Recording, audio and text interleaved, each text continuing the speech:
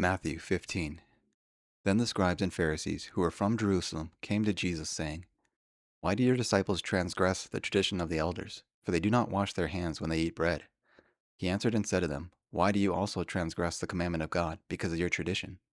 For God commanded, saying, Honor your father and your mother. And he who curses father or mother, let him be put to death. But you say, Whoever says to his father or mother, Whatever profit you might have received from me is a gift, then he need not honor his father or mother. Thus you have made the commandment of God of no effect by your tradition. Hypocrites, well did Isaiah prophesy about you, saying, These people draw near to me with their mouth and honor me with their lips, but their heart is far from me. And in vain they worship me, teaching as doctrines the commandments of men. When he had called the multitude too, he said to them, Hear and understand. Not what goes into the mouth defiles a man, but what comes out of the mouth, this defiles a man. Then his disciples came and said to him, Do you know that the Pharisees were offended when they heard this saying? But he answered and said, Every plant which my heavenly Father has not planted will be uprooted. Let them alone. They are blind leaders of the blind. And if the blind leads the blind, both will fall into a ditch. Then Peter answered and said to him, Explain this parable to us. So Jesus said, Are you also still without understanding? Do you not yet understand that whatever enters the mouth goes into the stomach and is eliminated? But those things which proceed out of the mouth come from the heart and they defile a man. For out of the heart proceed evil thoughts, murders, adulteries, fornications, thefts, false witness, blasphemies. These are the things which defile a man, but to eat with unwashed hands does not defile a man.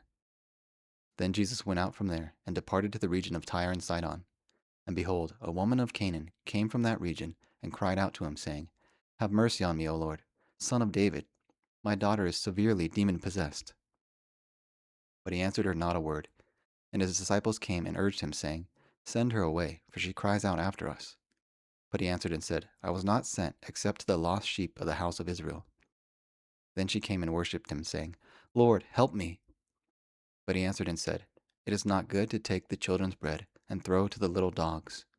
And she said, Yes, Lord, yet even the little dogs eat the crumbs which fall from their master's table.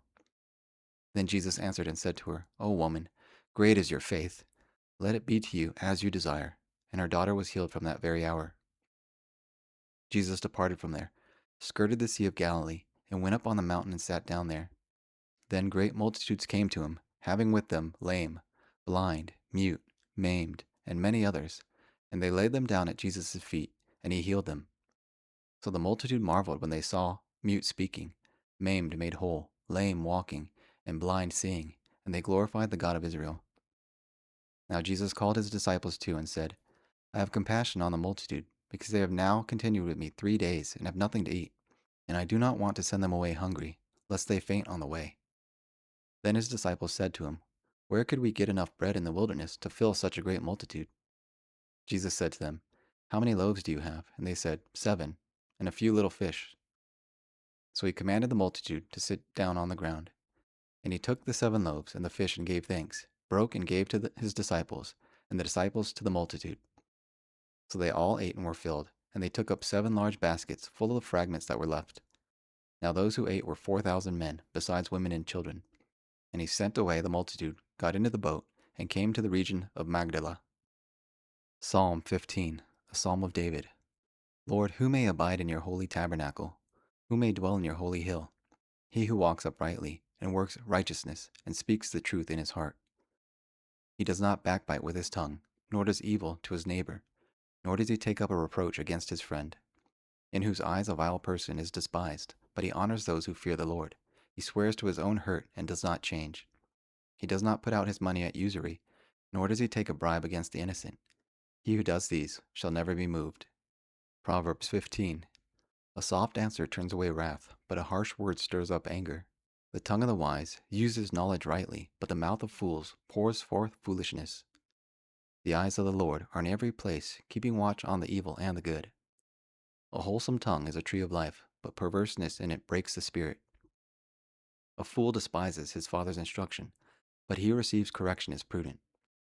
The house of the righteous has much treasure, but in the revenue of the wicked is trouble.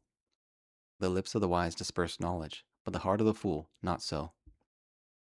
The sacrifice of the wicked is an abomination to the Lord, but the prayer of the upright is his delight. The way of the wicked is an abomination to the Lord, but he loves him who follows righteousness. Harsh discipline is for him who forsakes the way. He who hates correction will die. Hell, or Sheol, and destruction are before the Lord, so how much more the hearts of the sons of men? A scoffer does not love one who corrects him, nor will he go to the wise. A merry heart makes a cheerful countenance, but by sorrow of the heart the spirit is broken. The heart of him who has understanding seeks knowledge, but the mouth of fools feeds on foolishness. All the days of the afflicted are evil, but he who is of a merry heart a continual feast. Better is a little with the fear of the Lord than great treasure with trouble. Better is a dinner of herbs or vegetables where love is, than a fatted calf with hatred. A wrathful man stirs up strife, but one slow to anger allays contention. The way of the lazy is like a hedge of thorns, but the way of the upright a highway. A wise son makes a father glad, but a foolish man despises his mother. Folly is joy to the destitute of discernment, but a man of understanding walks uprightly. Without counsel plans go awry, but in the multitude of counselors they are established. A man has joy by the answer of his mouth, and a word in due season, how good! The way of life winds upward for the wise, that he may turn away from hell, or Sheol, below. The Lord will destroy the house of the proud, but he will establish the boundary of the widow. The thoughts of the wicked are an abomination to the Lord, but the words of the pure are pleasant. He who is greedy for gain troubles his own house, but he who hates bribes will live. The heart of the righteous studies how to answer, but the mouth of the wicked pours forth evil. The Lord is far from the wicked, but he hears the prayer of the righteous. The light of the eyes rejoices the heart. A good report makes the bones fat. The ear that hears the rebukes of life will abide among the wise. He who disdains instruction despises his own soul, but he who heeds rebuke gets understanding. The fear of the Lord is the instruction of wisdom, and before honor is humility.